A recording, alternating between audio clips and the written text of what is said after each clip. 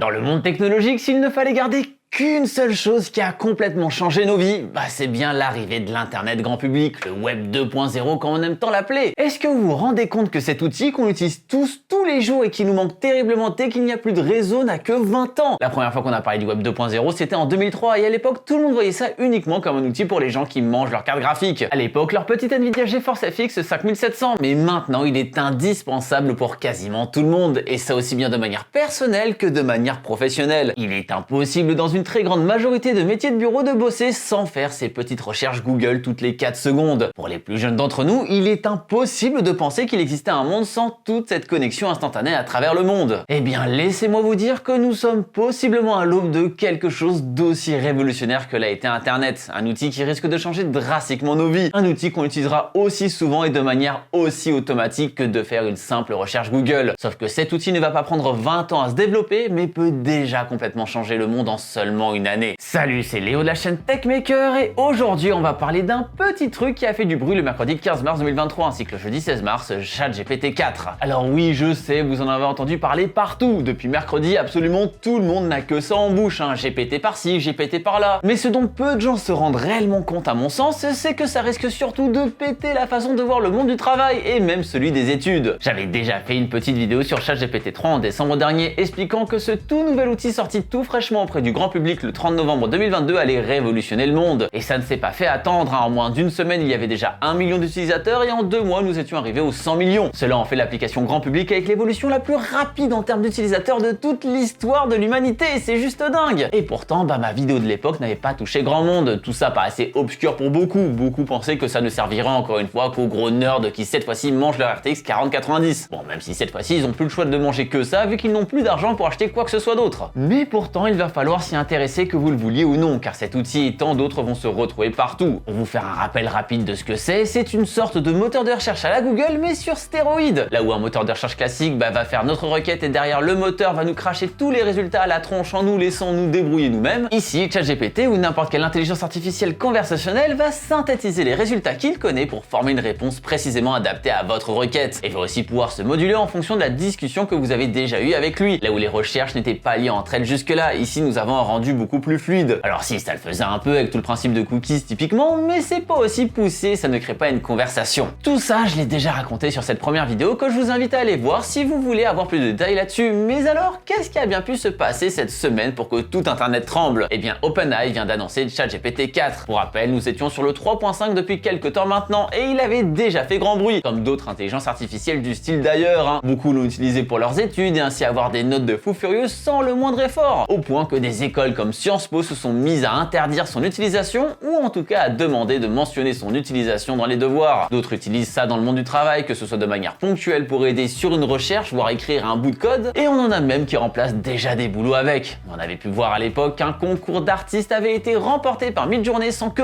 personne ne s'en rende compte, mais aujourd'hui Netflix a sorti un petit film d'animation de 3 minutes intitulé L'enfant et le chien où tous les paysages ont été réalisés par une intelligence artificielle, comme on peut le voir sur ce carton des crédits avec le sobre IA plus humain entre parenthèses comme background designer. Bref, en à peine plus de 4 mois, énormément de choses ont bougé. On parlait aussi de Microsoft qui hésitait à investir là-dedans pour l'intégrer à Bing et c'est chose faite depuis quelques semaines après avoir posé un petit billet de 10 milliards de dollars sur la table. On a même eu Google qui se fait littéralement dessus car il s'y voit une possible façon de repenser notre utilisation d'internet. Après tout, notre génération à nous a le réflexe d'aller chercher sur Google, mais peut-être que les générations futures auront le réflexe d'aller chercher sur ChatGPT et donc par extension sur Bing, ce qui peut détruire le monopole de Google durement établi sur les 20 dernières années en seulement quelques semaines. C'est juste dingue. Ils en sont tout de même arrivés au point de sortir en catastrophe leur propre intelligence, dénommée Bard en février 2023. Je vous disais dans ma vidéo précédente que Google avait peur, mais je ne pensais pas que c'était à ce point. C'est tellement sorti dans la panique que pendant leur présentation, Bard s'est trompé sur un des résultats en attribuant au télescope James Webb la première prise de photo d'une planète située en dehors du système solaire. Sauf que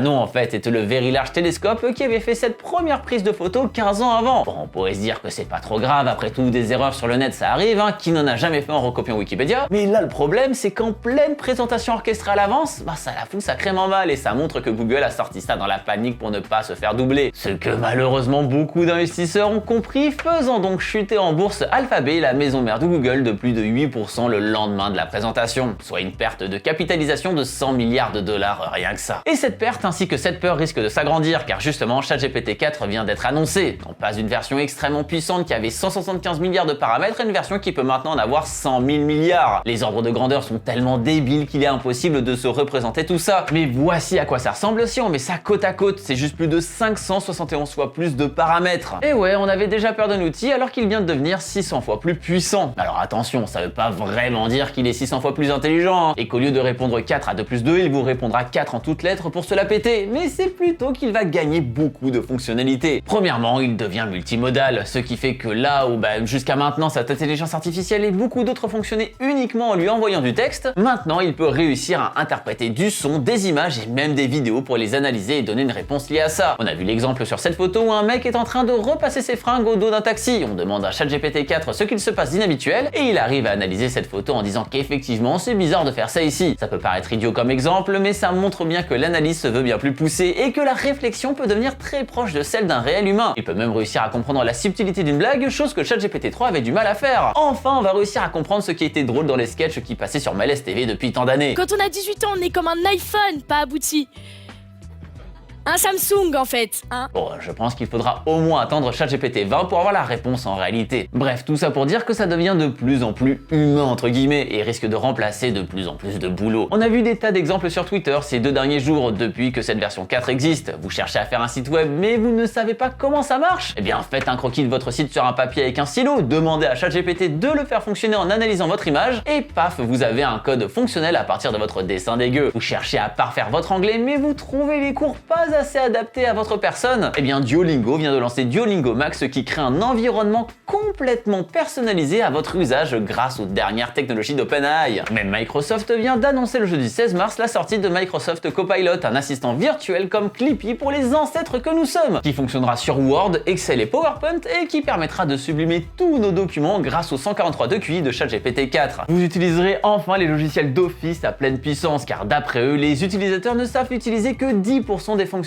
de PowerPoint par exemple. Encore mieux, ras-le-bol d'utiliser Tinder pour trouver votre moitié, à scroller en boucle vers la droite et que personne ne vous matche alors que vous avez évidemment une personnalité en or. Eh bien qui peut utiliser GPT-4 pour déterminer si ça vaut le coup ou non de continuer de parler avec une personne et automatise ensuite la discussion? Ouais bon, certains usages sont possiblement discutables, on dirait vraiment un épisode de Black Mirror pour le coup. J'espère en tout cas de mon côté que je pourrais faire analyser cette capture d'écran à ChatGPT 4, le fait que vous soyez 40% à regarder mes vidéos sans être abonné. Peut-être qu'il aura enfin la réponse de comment c'est possible car après tout c'est complètement gratuit de le faire. Vous n'avez absolument aucune raison de ne pas appuyer sur ce gros bouton rouge luisant qui se trouve sous la vidéo, alors faites-le dès maintenant. ChatGPT 4 est tellement puissant qu'il peut passer avec brio les tests d'admission à Stanford, l'une des écoles les plus prestigieuses du monde. Et cela me fait dire qu'on va devoir revoir la façon dont fonctionne notre monde sur tellement d'aspects, que ce soit sur celui du travail qui risque d'être remplacé par des IA dans tous les métiers numériques, ainsi que les créatifs et par extension plus physiques si on arrive à caler ce genre d'intelligence sur des robots comme ceux de Boston Dynamics par exemple. Et je ne doute pas du fait qu'on y arrivera, mais aussi la façon de voir l'apprentissage. Rien qu'avec l'évolution d'internet et des outils informatiques, beaucoup d'écoles avaient énormément de mal à évoluer, au point d'en arriver à des situations absurdes. Je sais pas si vous êtes allé dans une école d'informatique par exemple, mais la programmation sur papier c'est un truc qui existe pour de vrai, pour éviter les recherches internet ainsi que les outils d'autocomplétion des IDE. Et je trouve ça tellement débile de nous apprendre à travailler d'une façon qu'on n'utilisera absolument jamais dans le monde réel. Un vrai développeur ne connaît pas tout par cœur, mais c'est juste faire la bonne recherche Google pour se retrouver sur le bon thread de Stack Overflow. Bah là c'est pareil, interdire l'usage d'un outil qui sera de toute façon utilisé dans le monde professionnel, bah d'un côté c'est un apprentissage inutile à mon sens quand on arrive dans du supérieur, et c'est même contre-productif à souhait car l'expertise de ce dernier ne sera pas là. Alors évidemment ça risque de possiblement créer des gens plus feignants et c'est la première peur de beaucoup, mais faire de la sensibilisation intelligente sur ces outils est le meilleur moyen de prévenir ça. Après tout, la même question peut se poser pour internet de manière générale. Ça peut être un super outil pour s'enrichir grâce à toutes les ressources trouvables dans le monde, et ça peut être en même temps un outil désastreux pour s'abrutir le cerveau cerveau et s'enfermer dans des microcosmes malsains. Mais comme l'école a toujours eu peur de sensibiliser dessus,